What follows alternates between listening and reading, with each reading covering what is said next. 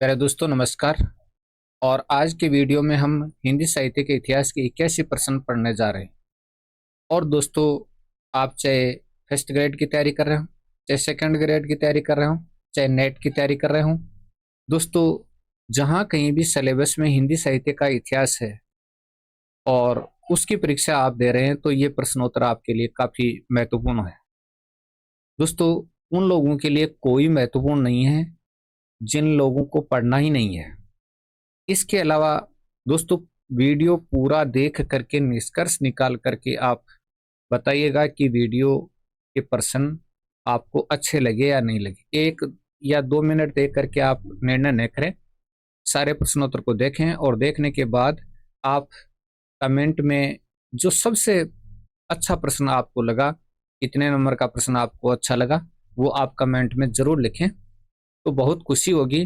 चलिए दोस्तों, बिना समय गंवाए आपके सामने 81 प्रश्नोत्तर प्रस्तुत करते हैं और आशा करते हैं कि ये वीडियो आपको काफी पसंद भी आएगा और आपकी तैयारी में मदद भी करेगा।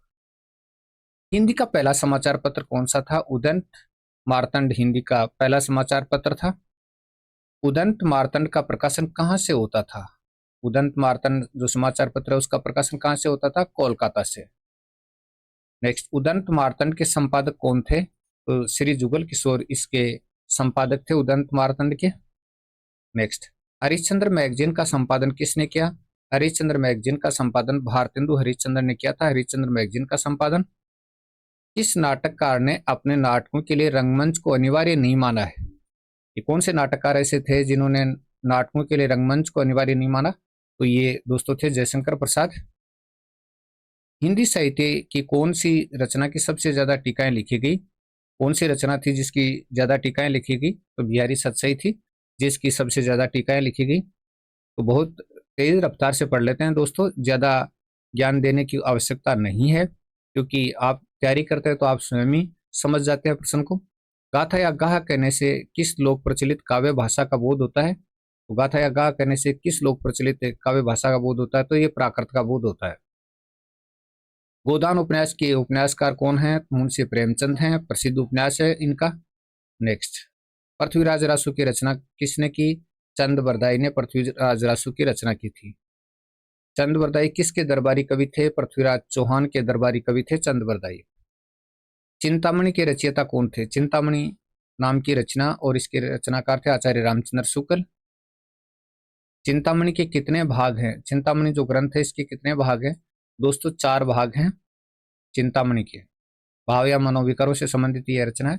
मुख्य रूप से छायावाद का प्रवर्तक किसको माना जाता है? यानी अलग अलग विचारकों ने अलग अलग प्रवर्तक माने, लेकिन मुख्य रूप से जयशंकर प्रसाद को माना जाता है। जयशंकर प्रसाद के प्रसिद्ध महाकाव्य का नाम बताइए। तो महाकाव्य का नाम क्या है? जयशंकर प्रसाद के प्रसिद्ध महाकाव्य का नाम कामायनी है। ठीक है, कामायनी में कितने सर्ग हैं? कामायनी में 15 सर्ग हैं। नेक्स्ट, देवनागरी लिपि को राष्ट्र लिपि के रूप में कब स्वीकार किया गया? देवनागरी लिपि को राष्ट्र लिपि के रूप में 14 सितंबर 1949 को स्वीकार किया गया था। ठीक है। तुलसीदास जी का ज्योतिष संबंधित ग्रंथ कौन सा है? ज्योतिष से संबंधित ग्रंथ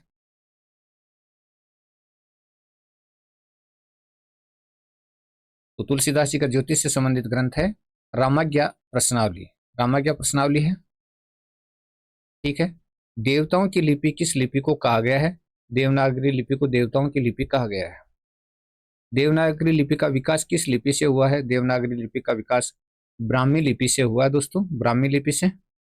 देश का पहला राष्ट्रीय हिंदी संग्रहालय कहाँ स्थापित किया जा रहा है? देश का पहला राष्ट्रीय हिंदी संग्रहालय कहाँ स्थापित किया जा रहा है? तो उसका उत्तर है आगरा में। दुआ कोश के रचयिता का नाम बताइए। दुआ कोश के रचयिता सैरापा थे, दुआ कोश के रचयिता। नेक्स्ट, निराला के राम, ये कथन है निराला के राम तुलसीदास के राम से भिन्न और भवभूति के राम के निकट है। तो निराला के राम तुलसीदास के राम से भिन्न है और भवभूति के राम के निकट है, ये कथन किसका है? तो ये कथन दोस्तों डॉक्टर रामविलास शर्मा का कथन है। पंचपरमेश्वर कहानी के लेखक का नाम बताइए। पंचपरमेश्वर प्रसिद्ध कहानी और मुंशी प्रेमचंद की कहानी है। उसकी रात कहानी के रचनाकार मुंशी प्रेमचंद की रचना है ये भी। उसकी रात भी। पल्लव नामक रचना के रचनाकार सुमित्रानंदन पंत की प्रसिद्ध रचना है पल्लव। प्रेमचंद के अधूरे उपन्यास का नाम, प्रेमचंद का अधूरा उपन्यास मंगलसूत्र है। प्रभात फेरी काव्य संग्रह के रचनाकार का नाम, प्रभात फेरी काव्य संग्रह के रचनाकार नरेंद्र शर्मा है। प्रकृति का सुकुमार कवि किसको कहा जाता है? प्रकृति का सुकुमार कवि सुमित्रानंदन पंत को कहा जाता है। प्रेम पचीसी कहानी संग्रह के रचनाकार, तो प्रेम पचीसी कहानी संग्रह इसके रचनाकार हैं प्रेमचंद। बिहारी किस राजा के दरबारी कवि थे?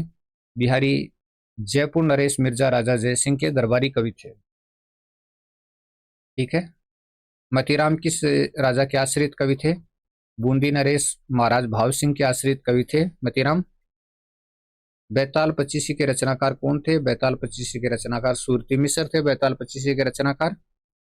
प्रेम सागर के रचनाकार कौन थे? प्रेम सागर के रचनाकार लल्लूलाल जी थे प्रेम सागर के रचनाकार। भारत के प्रथम राष्ट्र कवि कौन थे? श्री मैथिली शरण गुप्त जी भारत के प्रथम राष्ट्र कवि थे।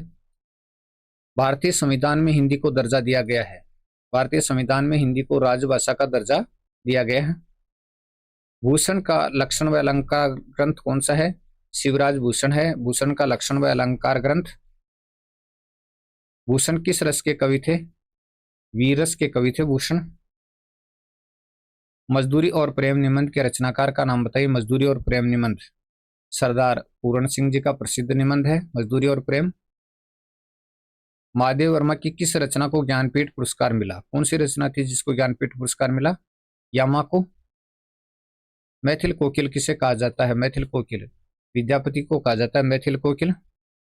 मैला आंचल आंचलिक उपन्यास के लेखक कौन थे? फणीश्वरनाथ रेणु थे मैला आंचल आंचलिक उपन्यास के लेखक। रस मीमांसा ग्रंथ के रचनाकार का नाम बताइए। आचार्य रामचंद्र शुक्ल का ग्रंथ है रस मीमांसा। रसिक प्रिया रचना के रचनाकार कौन थे? केशवदास की रचना है रसिक प्रिया। रंगभूमि उपन्यास के रचनाकार कौन थे? मुंशी प्रेमचंद की रचना है रंगभूमि उपन्यास। राग दरबारी उपन्यास की रचना किसने की? श्रीलाल शुक्ल ने राग दरबारी उपन्यास की रचना की। राजभाषा आयोग के प्रथम अध्यक्ष कौन थे? राजभाषा आयोग के प्रथम अध्यक्ष श्री बाल गंगाधर खेर थे। और भारत के तत्कालीन राष्ट्रपति डॉक्टर राजेंद्र प्रसाद ने भारत के संविधान के अनुच्छेद 344(1) में प्रदत्त शक्तियों का प्रयोग करते हुए 7 जून 1955 को श्री बाल गंगाधर खेर की अध्यक्षता में आयोग का गठन किया था और इस आयोग में 21 सदस्य थे। ठीक है। रामचरितमानस की भाषा कौन सी है? अवधी भाषा है रामचरितमानस की। नेक्स्ट, रामचरितमानस में कितने कांड हैं? तो 7 कांड हैं दोस्तों। हिंदी का प्रथम उपन्यास कौन सा है? हिंदी का प्रथम उपन्यास परीक्षा गुरु है। हिंदी का प्रथम एकांकी कौन सा है? एक घूंट हिंदी का प्रथम एकांकी है। हिंदी की प्रथम पत्रिका कौन सी है? संवाद कौमुदी हिंदी की प्रथम पत्रिका मानी जाती है। हिंदी का प्रथम कवि किसको माना जाता है? सैरापा को माना जाता है हिंदी का प्रथम कवि। अलग अलग विचारकों ने अलग अलग माने हैं। हिंदी के प्रथम गद्यकार कौन थे? लल्लूलाल को हिंदी का प्रथम गद्यकार माना जाता है। हिंदी के प्रथम गीत लेखक का नाम बताइए। गीत लेखक कौन थे हिंदी के प्रथम? विद्यापति थे। नेक्स्ट, हिंदी का प्रथम दैनिक समाचार पत्र कौन सा था? शुद्धावर्षण था हिंदी का प्रथम दैनिक समाचार पत्र। अतीत के चलचित्र रचना के रचनाकार कौन है? तो महादेव वर्मा की रचना है अतीत के चलचित्र रचना के रचनाकार। अपभ्रंश काव्य में कृष्ण काव्य के प्रणेता कौन माने जाते हैं? अपभ्रंश काव्य में कृष्ण काव्य के प्रणेता पुष्यपदंत को माना जाता है। अपभ्रंश भाषा के प्रथम व्याकरणाचार्य का नाम बताइए। अपभ्रंश भाषा के प्रथम व्याकरणाचार्य आचार्य हेमचंद्र हैं। अशोक के फूल निबंध संग्रह के रचनाकार का नाम बताइए। अशोक के फूल निबंध संग्रह के रचनाकार आचार्य हजारी प्रसाद द्विवेदी हैं। आंसू काव्य संग्रह के रचनाकार का नाम बताइए। आंसू काव्य संग्रह के रचनाकार जयशंकर प्रसाद हैं। आत्मजयी काव्य संग्रह के रचयिता का नाम बताइए। आत्मजयी काव्य संग्रह के रचयिता कुंवर नारायण हैं। आत्मनिर्भरता निबंध की रचना किसने की? आत्मनिर्भरता निबंध की रचना बालकृष्ण भट्ट ने की थी। आधुनिक युग की मीरा किसे कहा जाता है? आधुनिक युग की मीरा महादेव वर्मा को कहा जाता है। आधुनिक युग का चारण किसे कहा जाता है? रामधारी सिंह दिनकर को आधुनिक युग का चारण कहा जाता है। रामायण कथा की रचना किसने की? विष्णुदास ने रामायण कथा की रचना की थी। विष्णुदास किसके दरबार में राजकवि थे? विष्णुदास ग्वालियर नरेश डूंगरेंद्र के दरबार में राजकवि थे। विष्णुदास ने रामायण कथा की रचना कब की? सन 1442 में रामायण कथा की रचना की थी। अगरदास किसके शिष्य थे? अगरदास कृष्णदास पयहारी के शिष्य थे। अगरदास कहाँ पर रहते थे? अगरदास गलता जी में रहते थे। कहाँ पर? गलता जी में। ध्यान मंजरी की रचना किसने की? ध्यान मंजरी की रचना अगरदास ने की थी, ध्यान मंजरी की रचना। और अष्टयाम की रचना किसने की? अष्टयाम की रचना अगरदास ने की थी। और नाभादास का भी अष्टयाम प्रसिद्ध है। अष्टयाम नाम की कई रचनाएं आपको देखने को मिलेगी, तो अष्टयाम अगरदास की रचना भी है। राम भजन मंजरी की रचना किसने की? राम भजन मंजरी की रचना अगरदास ने की थी। उपासना बावनी की रचना किसने की? अगरदास ने उपासना बावनी की रचना की थी। पदावली की रचना किसने की? पदावली नाम की भी कई रचनाएं आपको देखने को मिलेगी हिंदी साहित्य में। मीरा की पदावली भी है, विद्यापति की पदावली भी है, गणानंद की पदावली भी है, और अगरदास ने भी पदावली नाम की रचना लिखी थी।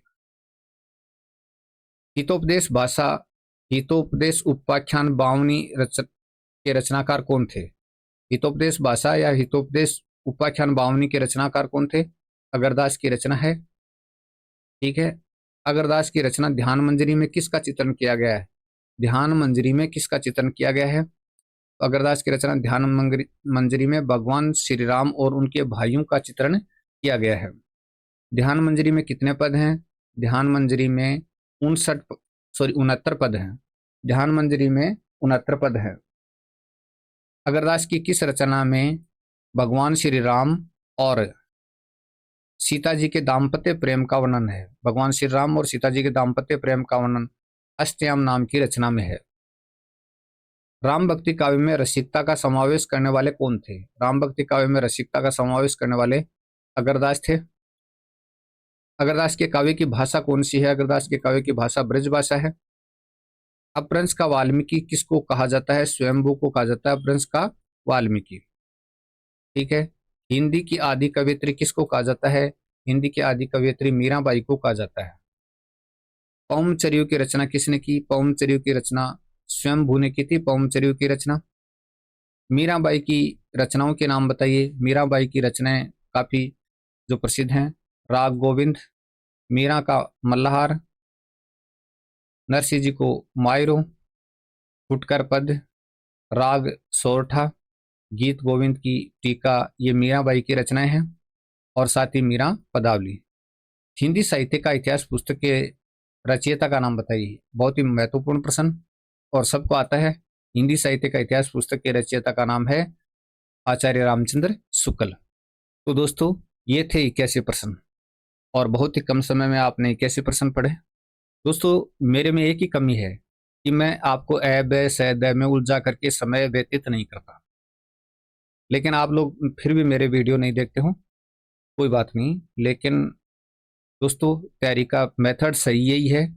ए बै से द से अगर हम प्रश्न देखते तो 20 प्रश्न मुश्किल से होते, और मेरे में इतना ज्ञान नहीं है कि मैं आपके सामने खूब सारा ज्ञान उड़ेल सकूं, क्योंकि आप स्वयं लेक्चरर की तैयारी कर रहे हैं, तो इतनी हिम्मत नहीं है कि आपके सामने यानी खूब सारा ज्ञान फेंको कि लपेटने में भी नहीं आए। तो जितना अपने प्रश्नोत्तर से संबंध है उतना ही काफ़ी है। तो वन लाइनर क्वेश्चन आपके लिए बहुत बेहतरीन है, क्योंकि आप समझ जाते हैं और याद भी कर लेते हैं। 4 लाइन वाले उलझाने वाले प्रश्न मेरे बस की बात नहीं है दोस्तों, क्योंकि मैं जानता हूं कि एक लेक्चर या सेकंड ग्रेड की तैयारी करने वाले का स्तर क्या होता है। वो एक उच्च स्तर पर आसीन होता है एक तरह से, उसकी तैयारी बहुत मजबूत होती है। ये 4 लाइन वाले प्रश्न हैं वो 8वीं तक के बच्चों के लिए होते हैं वैसे देखा जाए तो। बहुत बहुत धन्यवाद दोस्तों वीडियो देखने के लिए, और कमेंट जरूर करते रहें। हो सकता है कि आप मेरे किसी विचार से सहमत नहीं हो, लेकिन फिर भी वन लाइनर क्वेश्चन देखकर अपनी तैयारी को मजबूत करते रहिएगा। बहुत बहुत धन्यवाद।